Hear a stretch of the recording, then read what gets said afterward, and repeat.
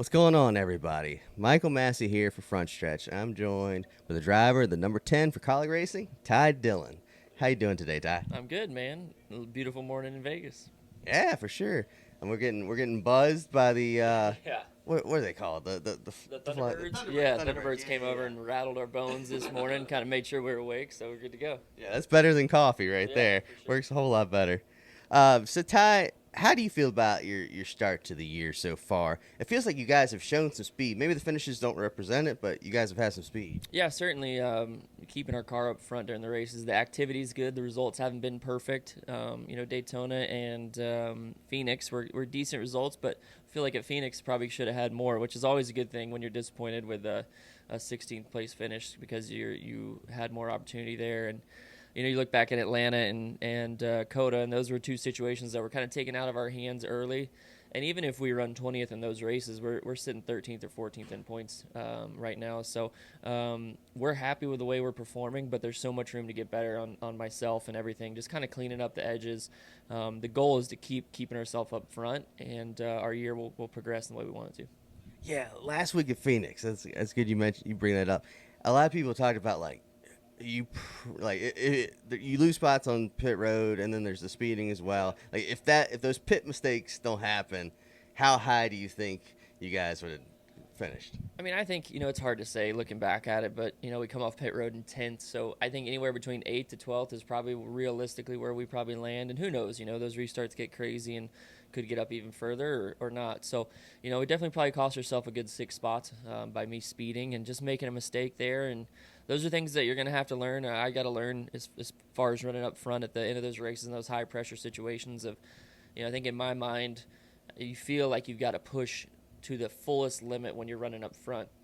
I get that opportunity and I do so, and I just step over the line a little bit, kind of followed Reddick off the cliff there a little bit. We both got penalized, but I think just going back, I'd be able to be more relaxed in that situation and realize that I don't have to be so tight on my lights down pit road, and knowing that we would have a little bit more gap to be okay. So just a learning situation. We definitely looked at it. We're going to make some adjustments so that when we're in that spot the next time, that doesn't happen.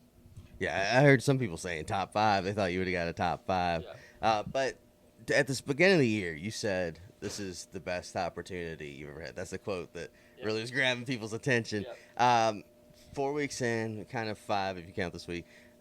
Do you still feel that way? Do you feel stronger about that what you said? Yeah, no doubt. And I think it's been evident, especially everybody's been talking about it a lot more. They're realizing that we're for real with our speed, and they know that something's going on here. So I think that's all proven out, and now it's just a time of sharpening and taking this opportunity and making the most of every single race. We're not going to dominate in speed in every race, but we can definitely dominate in our execution, and that's the focus. And I think we've had a solid start to the year. It could have been better, but the future's right in front of us, and we feel really strong about the races coming up, starting here at Vegas. So what is it about Kaulig Racing? How do they compare to the other teams you've been with in your career? I just think, statistically, it's the best team I've ever driven for, wins wise and finishes and what they've been able to do in the sport. So that's just factual. And then other than the statistics, it's the people inside the race team. Every man and woman that works at the team has been so supportive and friendly. And as a driver, that helps build confidence and builds a swagger and a belief in yourself when everybody you feel like is believing in you and wants the best for you. I've been in different situations where it's not that they didn't want the best for you, but there was just a lack of communication across the board of knowing what's going on, what's the temperature of the team. Here, Chris Rice does an exceptional job, Matt Kaulig does an exceptional job of reaching out constantly and reassuring and believing and saying, hey, this was good, but let's work on this. But hey, we're happy where we're at. Let's just keep pushing and keep pushing. And that's something that I crave. And whether it's criticism or constructive criticism, just a constant communication, at least know where you're standing with the team. That's been above and beyond anything I've worked with. And I've really enjoyed that. And that's something that I've been looking for in my career and really haven't had it since my cup racing days. So. And you're paired with AJ Allmendinger this year. Well, he seems like just a ball of energy. What's he been like being around him? Now, he's a great teammate. He's been super great to work with. He's somebody that he made his 450th start last week. So he's got double the amount of starts or 200 more starts than me. So for me not to listen and just learn from him, especially at these road courses, I mean, he's incredible. There's so much there. And my whole role this year, my goal this year is, we're in meetings with Kyle Busch, my brother Austin, who's won races.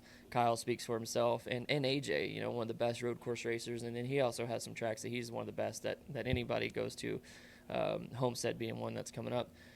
My goal is to just keep my mouth closed and listen and pick up as much tips from those guys, so that I can go out there and perform with them and hopefully outperform them.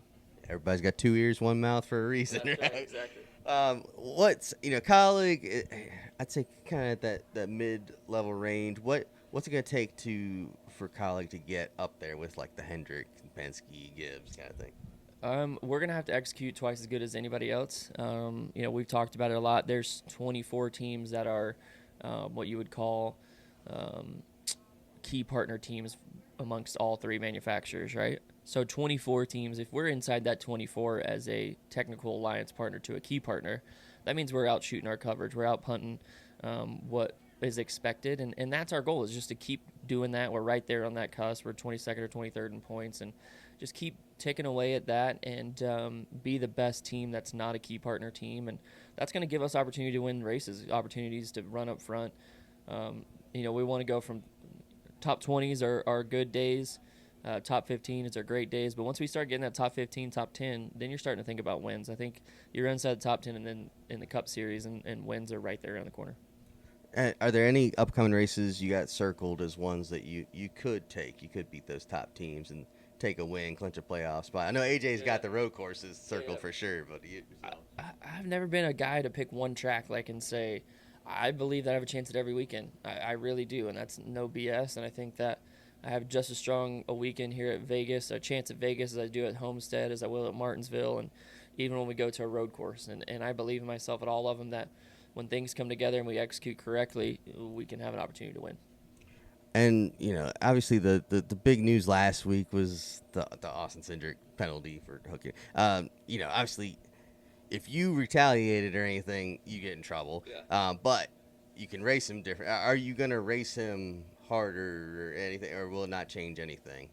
No, I mean, I'm glad NASCAR handled their side of it. I think Austin, I think he knows he messed up, but also on my side of it, for the whole field, I got to show everybody that I'm not going to let people treat me that way. So we'll see. It's got to be the right timing, and it's got to be worth it. I'm not going out of my way to retaliate anything, but Austin knows that he did something wrong to our team, and I don't forget.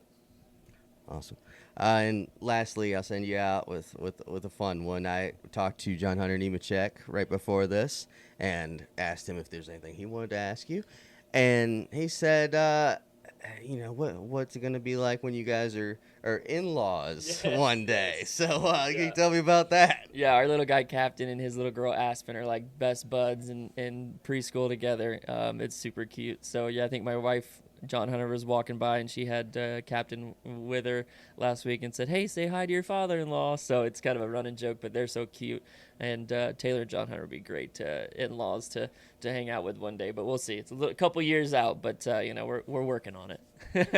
Just what are the odds of back-to-back we get the 2 future in-laws? Well, thanks so much for your time. For Ty Dillon, I'm Michael Massie. Catch up with us next time. I'm Caleb Barnes with Frontstretch.com. Come back soon for more great racing videos, and if you like us, don't forget to hit the subscribe button.